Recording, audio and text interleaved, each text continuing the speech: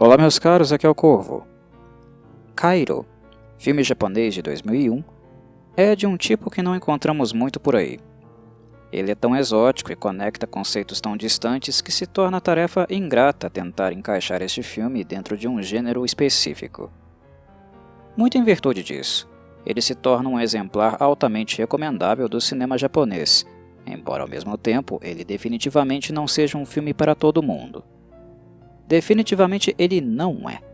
Kairo exige muito esforço do telespectador, pois ele coloca mais perguntas do que oferece respostas.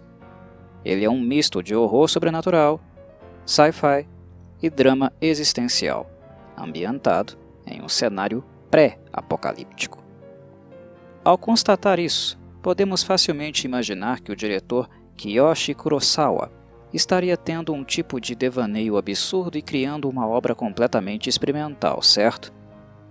Mas não é o que acontece aqui.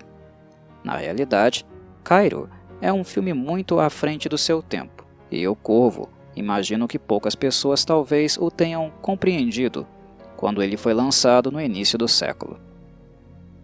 Este filme de Kurosawa é profético, porque ele arrisca a demonstrar como as relações ficariam cada vez mais distantes, líquidas e instáveis na medida em que o desenvolvimento da socialização digital fosse ocorrendo. É como se ele estivesse dizendo: quanto mais digitalmente conectados, mais distantes uns dos outros ficaremos. Analisando este filme hoje, Kurosawa acertou em cheio. As relações sociais, em todos os âmbitos, nunca estiveram tão vazias, instáveis e carentes de sentido. Enquanto estamos conectados 24 horas com uma infinitude de perfis completamente impessoais, perdemos quase que por inteiro a proximidade com as pessoas que estão mais próximas de nós. Já não conversamos mais, ou olhamos nos olhos uns dos outros. Deixamos de ser íntimos, de falarmos sobre nossos sentimentos e experimentar a vida a dois ou com mais pessoas.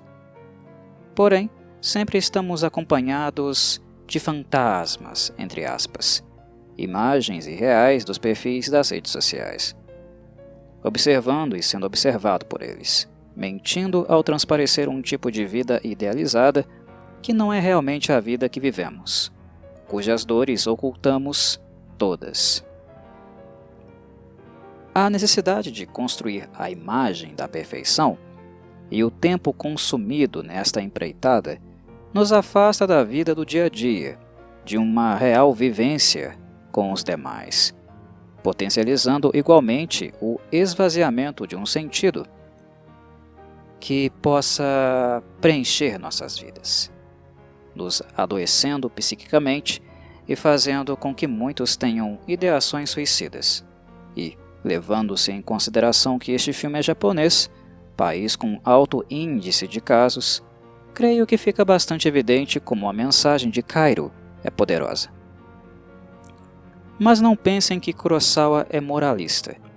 Muito pelo contrário. O diretor visa apenas retratar o estado concreto das coisas. A lente da sua câmera serve apenas para exibir o mal-estar que a sociedade do novo milênio enfrenta. Pois, embora constantemente conectada virtualmente, no real todos estão profundamente sozinhos. E é apenas isso. Kurosawa não pretende, com Kairo, dar qualquer lição de moral ou apontar para possíveis maneiras de solucionar a questão. Na realidade, Kairo é um filme trágico, pessimista em relação ao estado das coisas, e o que fica ainda mais evidente na forma que ele se encerra é como Kurosawa não vislumbra muitos elementos que possam nos deixar esperançosos. Como mencionei, este filme é pré-apocalíptico, e seu desfecho não deixa margem para muita esperança, o que faz dele dificílimo de digerir. É um filme depressivo, o que na minha avaliação é algo assertivo, por ele tratar das questões que ele trata. Com problemáticas desta natureza, realmente não há muito espaço para sorrir. São questões muito sérias, e se o filme não tivesse a coragem suficiente de nos mergulhar no mal-estar contemporâneo, eu, Corvo, acredito que ele seria infecundo e mais do mesmo. O estado mental das personagens é muito sensível. A solidão e o cansaço são pontos bastante acentuados. Em Kairo, Kurosawa nos insere em duas histórias que acontecem simultaneamente, com pessoas diferentes, mas que estão vivenciando as mesmas questões, imersas na mesma agonia.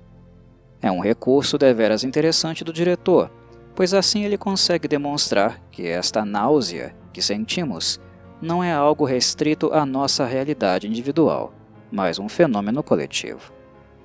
No tardar do filme, algumas histórias se cruzam e encontros inesperados ocorrem, mas muito em virtude da escassez de pessoas para compartilhar o que quer que seja. A solidão vai se aprofundando a um nível quase insuportável, e os personagens que tentam reagir minimamente a ela se tornam carentes e famintos por serem ouvidos.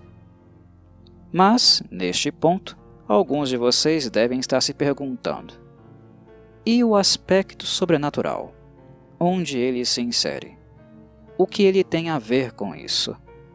Bem, Kurosawa sempre foi um pouco curioso quando o assunto é o mundo espiritual, por todo o mistério que o conceito naturalmente atrai em virtude da finitude que assombra quase todos os seres vivos. A maioria tem medo de morrer. Para aqueles que conhecem melhor o seu trabalho, a exemplo de filmes como Cure, de 1997, Kairo não será nenhuma novidade no sentido de revelar o estilo de condução do diretor para assuntos complexos. Onde há complexidade, Kurosawa apenas aumenta a dose, respondendo apenas algumas perguntas para que estas gerem duas outras no lugar. O estresse gerado pelos filmes dele faz parte do pacote. Eu diria que é um pré-requisito. Há de se ter bastante disposição para assisti-los, pois o nível de exigência racional e reflexiva é muito alto. Nós começamos a trabalhar quando assistimos a um filme de Kurosawa, um filme como Kairo. É trabalho. Ele está longe de ser um produto apenas para relaxamento, para lazer. E o trabalho aqui será de compreensão de metáforas que se originam da tentativa de explicação racional do espiritualismo e como esta condição espelha a própria condição humana, ou seja, dos vivos. É como se Kurosawa estivesse nos dizendo: os espíritos não são tão diferentes de nós, visto que ao nos distanciar tanto, tornamos as relações humanas fantasmagóricas como eles. Elas não são táteis, quase sempre idealizadas e virtuais. Tornamo-nos sozinhos, tão sozinhos como um espírito possivelmente possa estar. Há uma frase do filme que ilustra perfeitamente o conceito de Kairo. Ela é mencionada após alguns dos personagens observarem partículas de luz transitando em uma tela do computador e as maneiras como elas se comportam entre si, o que, é claro, espelha as relações humanas. Tal frase é: quando estão perto demais, se repelem, mas quando se distanciam demais, se atraem. E é por isso que ousei chamar Kairo de filme profético, pois ele foi produzido numa época onde a internet ainda era discada, quando nem tínhamos redes sociais como Orkut, Facebook, WhatsApp e Instagram.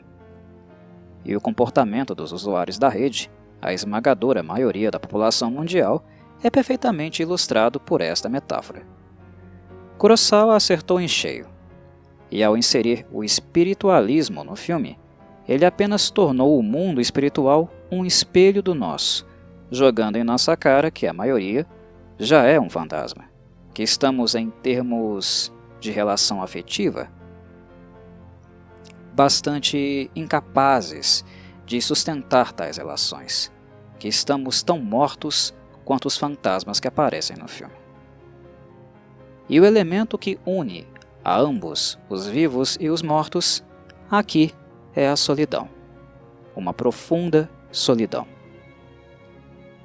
Existe um medo constante em Kairo, especialmente na personagem Harue, de continuar sozinha mesmo após a morte. e as entidades espirituais manifestas no filme aparecem justamente para confirmar a hipótese dela. A razão de sua manifestação é justamente a solidão. Por estar longe da vida, sua busca por qualquer coisa que pulse é desesperada. E é aqui que entra o elemento sci-fi de Cairo, visto que foi inserida no filme uma teoria própria e modus operandi deste contato entre vivos e mortos.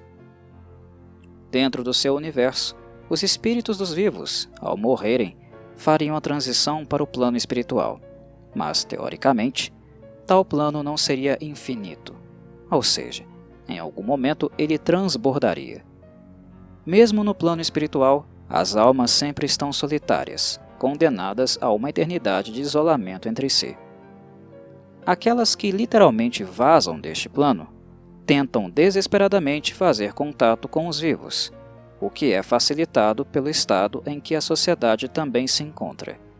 Os vivos estão famintos por contato, porque as redes os afastaram de uma real convivência.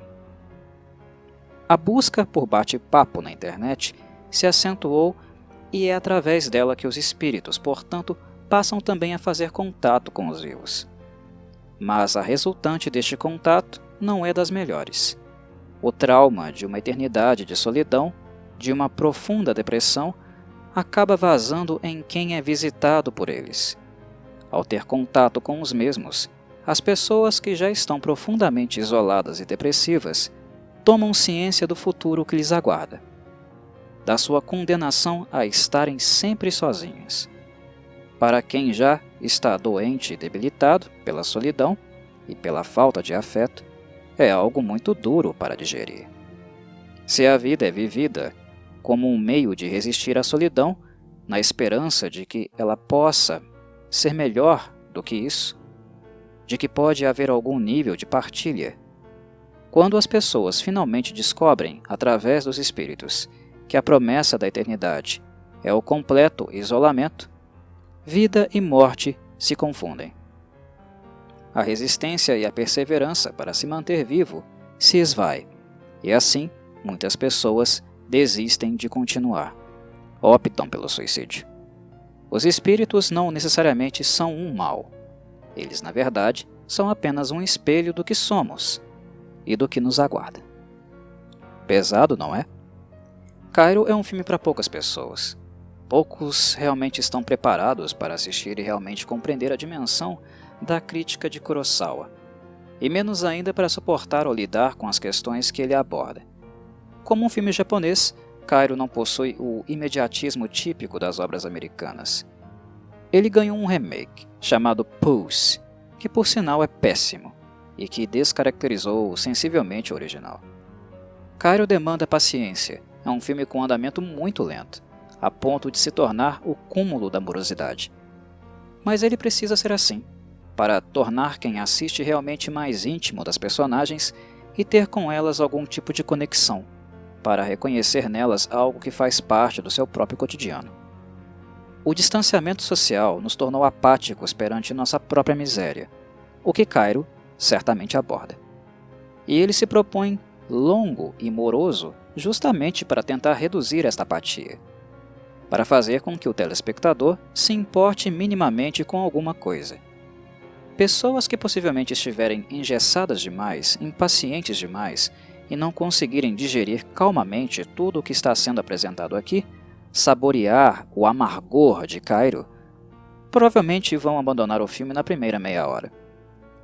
Os que forem mais resilientes terão certamente muita coisa para pensar após o término dessa experiência, que embora possa parecer absurda e surreal, quando entendemos as metáforas, se percebe o quanto a crítica é assertiva e também como ela continua sendo atual, quase 2 décadas depois. Encerro aqui a minha fala. A todos um abraço e saudações, Corvides.